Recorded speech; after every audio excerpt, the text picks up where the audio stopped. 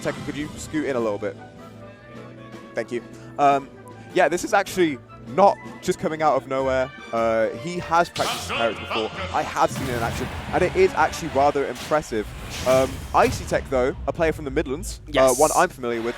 I didn't actually recall that he was a Falcon player. I thought he opted for like more swords, but clearly he is also opting for the Captain Falcon, as we're going to be seeing this celebrated Ditto in our second game of stream. Yeah, of course, we're getting a lot of very similar Dittos here, but of course the Falcon Ditto can be a bit of a crowd favorite here. Just trying to go for that weak knee edge guard, and that got patched out, my friend. That got patched out. Can't quite get that punish on the up B. Or tried to get a Falcon punch. I'm presuming that was some kind of misinput. Yeah, interesting up. Oh, and what a catch. And that is a move I believe we're going to be seeing a lot. That up smash is huge. It's incredibly hard to punish, actually. It's like -8 on that first hit. And kills incredibly early. It is a fantastic move that Falcon got through buffs, and in the end has become very central to his kit. And Tekka's already showing that by making excellent spin.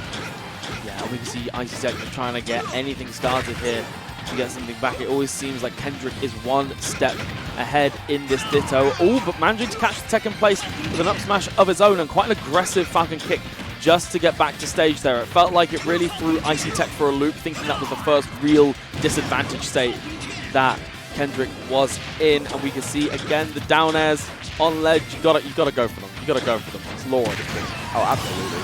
Right now, I think we're seeing a really buttonsy neutral from Kendrick Olimer and IcyTech as well. Obviously, it being Falcon, Falcon has a lot of safe burns, quick buttons to use, but that is more so also evidential of his playstyle in general. With Younglink as well, he likes to be able to press as many buttons as possible. He likes to use those gaps, sort of pressure, where you think it's my turn. Tekka likes to take his own and extend that into a larger advantage state. He's a player that I think is actually incredibly strong at doing that right now.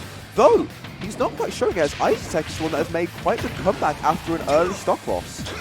Yeah, but unfortunately just trying to land once again into Kendrick. It's really, really tempting in these more aggressive Dittos to just run at your opponent, run at your opponent, run at your opponent. You got to be really good at changing up that pace to be able to really succeed in the Ditto, particularly against a player like Tekka, where once he's got the catch of your tempo, he's just going to abuse it, and ST on the side. Yeah, unless he just wants to throw away his stock like that. But yeah, you are absolutely right, Joycey.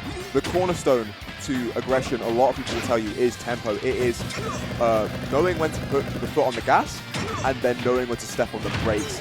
Adding in those little pauses, though Tekka won't be pausing with that combo and gameplay to stake out stock one. Adding in those little pauses is what allows for an excellent part of aggression, as the more fear you instill in your opponent, the more they're going to try and, like, their fight will kick in out of the fight or flight.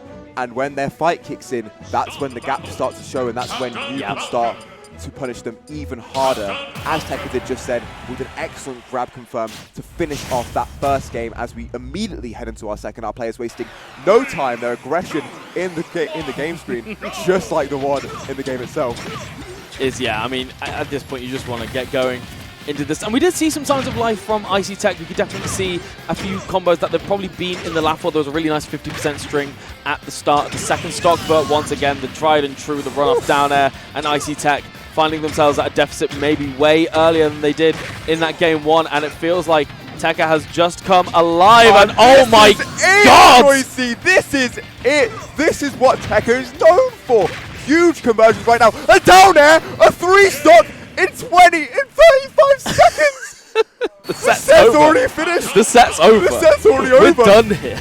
We are done here. What incredible proficiency. Oh my goodness. And that's the terrifying part. And like you said before, is when you feel it slip away, the cracks begin to show more and more and more, and then it felt like IcyTech just kind of